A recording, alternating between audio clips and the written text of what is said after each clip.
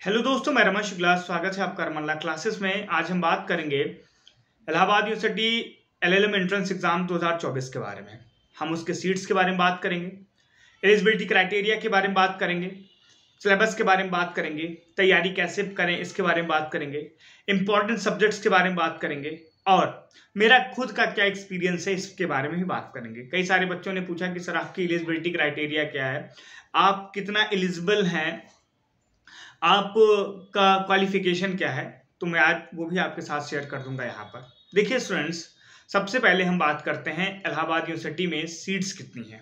देखिए इलाहाबाद यूनिवर्सिटी में total seats हैं जो मेन कैंपस की, वो है 78।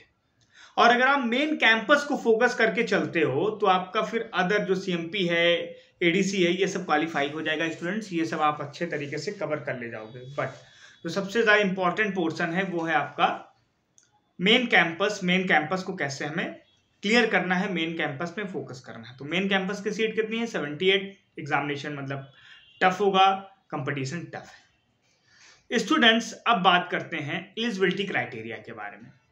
अगर आप 50% मार्क्स जनरल हैं, पाए हैं, एग्जाम दे सकते हैं। 48% ओबीसी हैं, दे सकते हैं। 45% एससी एसटी हैं, दे सकते हैं।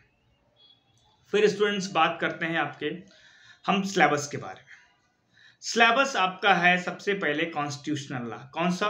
Constitutional law. दूसरा आपका है जूरिस्प्रूडेंस। तीसरा है आपका लॉ ऑफ कॉन्ट्रैक्ट। चौथा है लॉ ऑफ टॉर्ट। पांचवा है आपका क्रिमिनल लॉ। क्रिमिनल लॉ में आपका आईपीसी, सीआरपीसी, एविडेंस। फिर आपका हिंदू लॉ, मुस्लिम law, public international law, human rights, labour law, property law. मैं फिर से रिपीट कर दूं, constitutional law, jurisprudence, law of contract, criminal law, law of tort, Hindu law, Muslim law, public international law, human right, labour law, property law. ये सारी चीजें आप पे पूछी जाती हैं। ये तो सिलेबस सिर्फ 70% है। 30% सिलेबस आपका जनरल एप्टीट्यूड का है। जनरल एप्टीट्यूड में आपके Hindi, English, math, GS, reasoning, ये पूरा पोर्शन पूछा जाता है। 2023 से पहले ये अलग आते थे। जर्नल जो आपका पोर्शन है वो अलग आता था और ला का पोर्शन अलग आता था, लेकिन 2023 में ये सारी चीजें मर्ज कर दी गई। 70% पोर्शन ला का होता है और 30% पोर्शन जनरल एप्टीट्यूड का होता है। जनरल एप्टीट्यूड पे परेशान होने की बात नहीं है। जनरल एप्टीट्यूड आप थोड़ी सी मेहनत कर लोगे, रीजनिंग पे, हिंदी पे, इंग्लिश पे, जीएस पे क्लियर हो जाएगा। लूसेंट की बुक खरीद लेना, पढ़ लेना। हिस्ट्री और इंडियन पॉलिटी पे थोड़ा फोकस कर लेना, जियोग्राफी पे थोड़ा फोकस कर लेना, क्लियर हो जाएगा। बेसिक जो हमारा है वो ला है। ला में पांच इंपॉर्टेंट सब्जेक्ट्स कौन से हैं? देखिए, सबसे पहले जो इंपॉर्टेंट है वो है कॉन्स्टिट्यूशनल लॉ। कॉन्स्टिट्यूशनल लॉ को आप अच्छे से कवर करिए। बेसिकली फंडामेंटल राइट 12 से लेके और 36 तक सारे आर्टिकल आपकी जबान पे होने चाहिए। कोई अगर 16 पूछ ले, 17 पूछ ले, ये पूछ ले कि ओल्गा टेसिस कौन सा केस है, अगर आपसे ये पूछ ले कि Menaka Gandhi versus Union of India का कौन सा केस है, आपसे पूछ ले कि बेरुबारी का कौन सा केस है, जुबान पे होने चाहिए आपके। फिर डीपीएसपी 37 से लेके 51 तक अगर आपसे कोई पूछ ले कि आर्टिकल 39A क्या है, तो आपको बता देना चाहिए इक्वल एड 42nd अमेंडमेंट में ऐड हुआ। ये सारी चीजें बेसिक आपको क्लियर होनी चाहिए। फिर स्टेट एग्जीक्यूटिव, यूनियन एग्जीक्यूटिव पूरा आ जाता है 151 तक आपका। इसी में कैग, इसी में सुप्रीम कोर्ट, इसी में पार्लियामेंट, इसी में आपका राष्ट्रपति, प्रधानमंत्री और मनी बिल, सब कुछ इसी में आ जाता है। फिर आपका स्टेट एग्जीक्यूटिव सेम है। फिर आप चले जाइए पंचायत पे। फिर आर्टिकल 245 से लेके आर्टिकल 302 तक आपका उसमें distribution of powers, legislative, executive powers जो हैं किसके बीच में? स्टेट और यूनियन के बीच में। फिर इसके बाद स्टूडेंट्स इंपॉर्टेंट है आपका इलेक्शन कमीशन, आपका 324 से लेकर 329।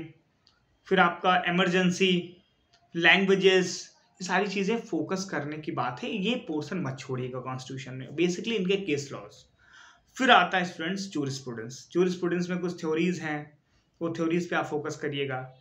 फिर law of contract. Law of contract में मैंने बताया कि बेसिकली आपको सेक्शन 10 से लेकर सेक्शन 30 तक तो सारी चीज़ें क्लियर ही होनी चाहिए, क्योंकि इसमें कौन कंपिटेंट कॉन्ट्रैक्ट है, कौन माइनर है, सेक्शन 11, सेक्शन 12 कौन अनसाउंड माइंड है, section 13 consent, section 14 free consent में जो मेजर दिए हैं, फ्रॉड, कोअर्जन क्या है, वाइडेबल क्या है, वॉइड क्या है, सेक्शन 19A, बेलमेंट क्या है, एजेंसी क्या है, ये सारी चीज़ें बेसिक आपकी क्लियर होनी चाहिए। फिडुसरी कॉन्ट्रैक्ट कौन सा है, आपका कंटीजेंट कॉन्ट्रैक्ट कौन सा है, आपका रेसिप्रोकल कॉन्ट्रैक्ट कौन सा है, आपका सेक्शन 62 क्या है, ये बेसिक चीज़ें आपकी क्लियर होनी चाहिए। फिर आपका क्रिमिनल लॉ, जैसे आईपीसी, सीआरपीसी। आईपीसी में इन्वेस्टिगेशन पार्ट काफ़ी ज़्यादा इंपॉर्टेंट है। एफआईआर किस में मेंशन है, 154, एनसीआर 155। फिर आपका ट्रायल कहाँ से स्टार्ट होता है, समन केस क्या है, वारंट केस क्या है, आपके कोर्ट्स कैसे हैं, आपके मजिस्ट्रेट कौन सी है, आपका एमएम क्या है, सीजीएम क्या है, सीजीएम की कितने साल की सजा देने की पावर है, ये अरेस्ट कहाँ मेंशन है, ललिता कुमारी वर्सेस स्टेट ऑफ यूपी का कौन सा केस है, ये सारी चीज़ें आपके बिल्कुल दिमाग में होनी चाहिए। आईपीसी में जैसे आपका chapter 16 offence against body, chapter 17 offence against property, chapter 18 offence against document, फिर चैप्टर 4 जनरल एक्सेप्शन, सेक्शन 76 से लेके 106 तक की, ये सारी चीज़ें बेसिक आपकी क्लियर होनी चाहिए, उस पर कोई इफ बट नहीं लगना चाहिए।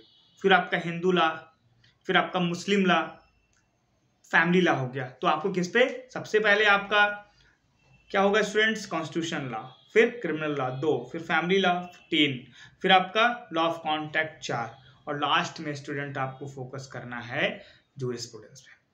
आप चाहो तो public international law, labour law, property law को छोड़ सकते हो, बट छोड़ने का मतलब सेंस मेरा ये है, पूरा अच्छे से क्लियर समझ लीजिएगा कि आपको ये जो 5 महीने बताया ना, सारे अच्छे से तैयार होने चाहिए।